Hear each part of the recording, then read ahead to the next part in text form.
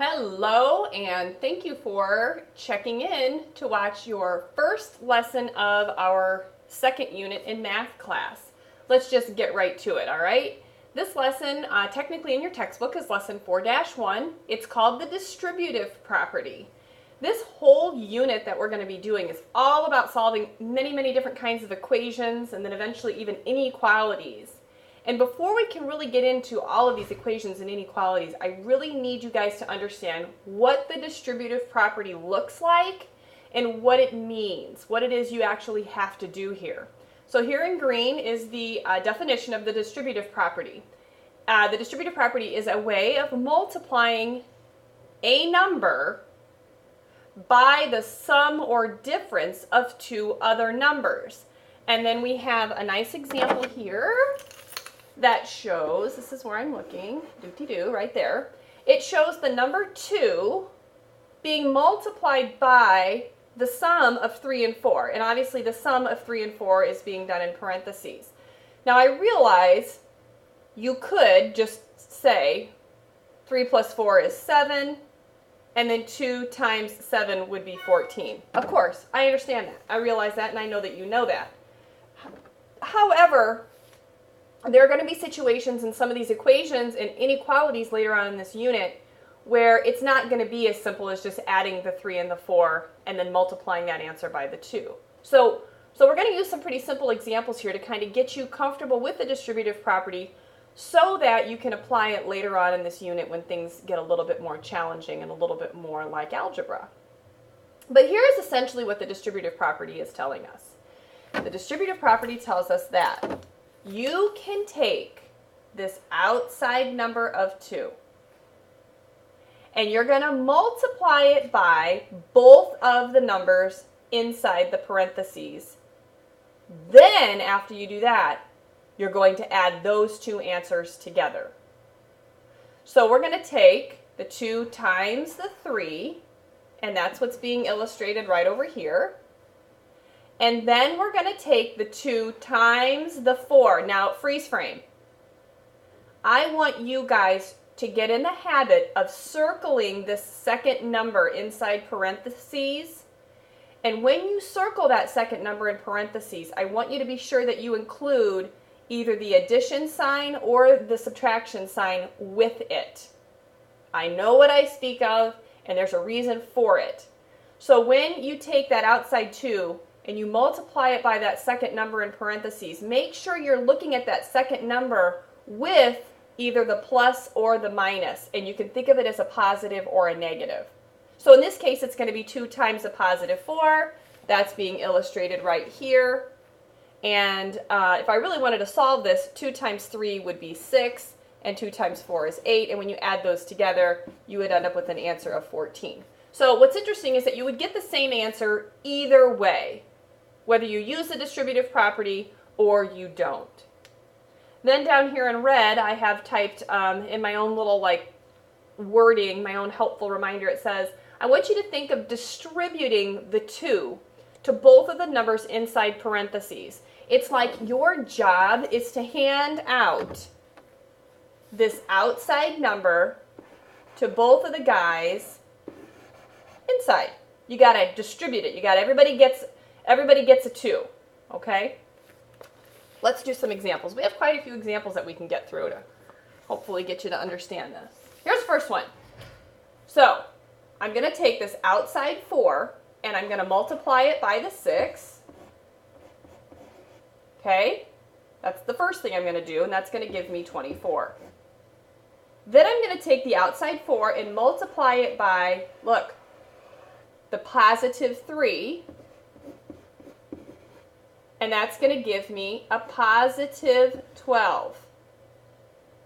See how I wrote that positive 12? Which really looks like a plus 12. And that's okay, because that's what you're going to do.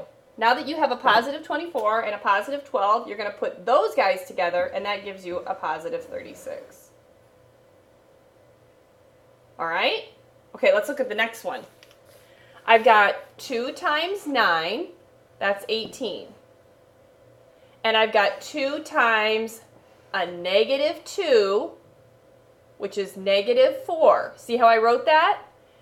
So the answer of 2 times negative 2 makes negative 4. But when I wrote negative 4, now it looks like it's a subtraction problem. And that's good because that's what it is. And 18 minus 4 is 14, which incidentally is the same answer that you would get if you did it the other way. 9 minus 2 would be 7, and 2 times 7 would be 14. Either way you solve it, whether you use the distributive property or not, you should always get the same answer. Okay, let's do some more practice. Oh boy. They're trying to confuse you by putting the outside number now on the right. That doesn't matter. It doesn't matter if the number that you're multiplying is on the left side of the parentheses or the right side of the parentheses. The process is the same. So you have to go in order of the numbers in the numbers in parentheses. You're going to take the 8 times the 20. If you don't know that, grab a calculator. It's 160.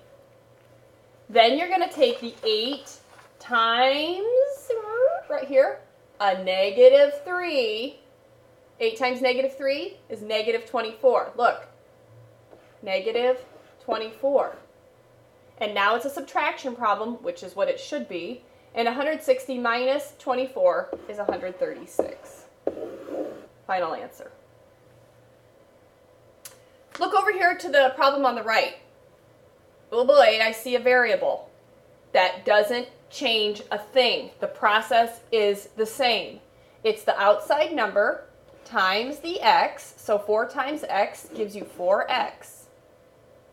And the outside number times the positive 5. What's 4 times positive 5? Positive 20. So 4x plus 20. Guess what? You cannot go any farther than that because the 20 does not have an x on it. Those are not like terms. They cannot be combined. You cannot tell me that it's 24x. That is wrong. No. Don't do that. It's not 24x. Couple more and then we're done. Okay, look at this next one down here with in parentheses y plus 10, and then outside of the parentheses it says times 6. So you're going to take this outside 6 times the y, that gives you 6y. The outside 6 times the positive 10, 6 times positive 10, look, positive 60. Final answer. They cannot be combined because they are not like terms. Personally, not that you really care, I guess, but I like the distributive property. I think it's kind of fun. But then again, I am a math teacher, so there's that. Ooh, look at this one. Now our outside number is a negative 3, so be careful with these negatives. We're going to take our negative 3 times the m, and that gives us a negative 3m. We're going to take our negative 3 times this number, which is a negative 4. Negative 3 times negative 4 gives positive 12. They cannot combine because they are not like terms. Watch out for those negatives. Remember that a negative times a negative makes a positive. Last one. Ooh, another negative. Good, we need more practice with negatives. Negative 7 times the e gives me negative 7e. Negative 7 times positive 4. What's a negative 7 times a positive 4? Negative 28. And that's your answer. So it looks like negative 7e minus 28. Fantastic. That's it. That's all there is to the distributive property. Take that outside number and multiply it by both terms that are in the parentheses. And then you just write your expression, and if you can combine your like terms, then you do. And if you can't, as we couldn't in these last few, then you don't. Then you're sitting at your final answer. This is what we'll be working on together in class. This is the assignment. Notice it says show steps. That's important. I'm going to make you show your work on this today. We really, really, really need to make sure that you understand how to do this.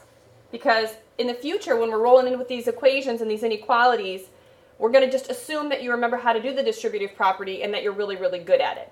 We don't have time to keep reteaching and reteaching this for the next 5 or 4 weeks. It's just, you got to get this. You got to get this in your brain and be able to recall it and apply it as needed. All right. So I will see you in class, and until then, take care. Bye bye.